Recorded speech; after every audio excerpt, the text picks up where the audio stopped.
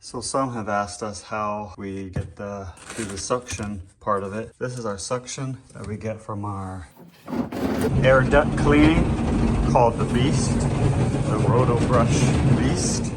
We get this attachment and we just take it out right here. Boom.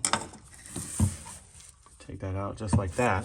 And we grab this that came with the dryer vent brush. We'll attach this onto there, just like that. Once we do that, we'll then use this to show all the lint coming through. And we'll show you now.